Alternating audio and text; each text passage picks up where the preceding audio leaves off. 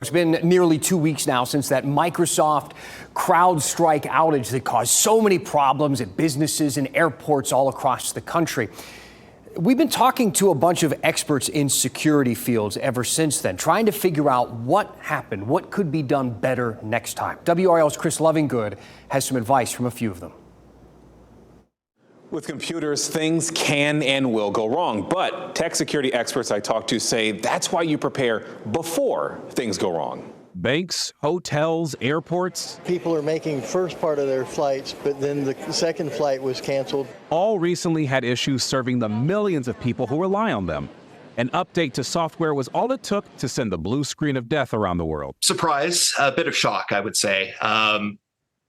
Was my first initial reaction. Okay, so not quite death for computers during the Microsoft-Crowdstrike outage, but whether on a state government level or with private businesses, the outage reminded people of how vulnerable a computer-reliant world can be.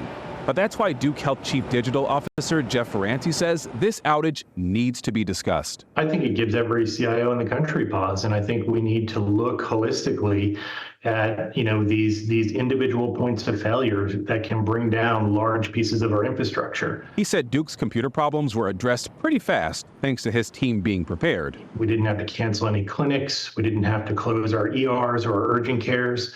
But this could have been much, much worse. We are the primary IT provider for state agencies in North Carolina. That's Nicole Meister with the State Department of Information Technology. Whether the DMV or DHHS, the DIT makes sure they're okay.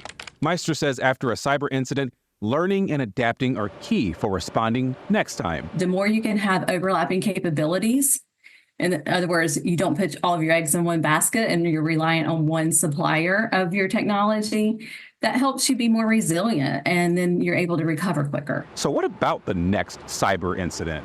Anthony Bolin with Tangible Security in Knightdale says this should be a rallying cry for more people to enter a career in cybersecurity. I'd love to see that. And there have been a number of initiatives, in North Carolina specifically as well, to get more people into the field. As for your computers at home, he recommends you back up everything in the cloud. That way, if something worse than the Microsoft outage happens to you, you don't have to start over from square one. I'm Chris Lovingood, WRAL News.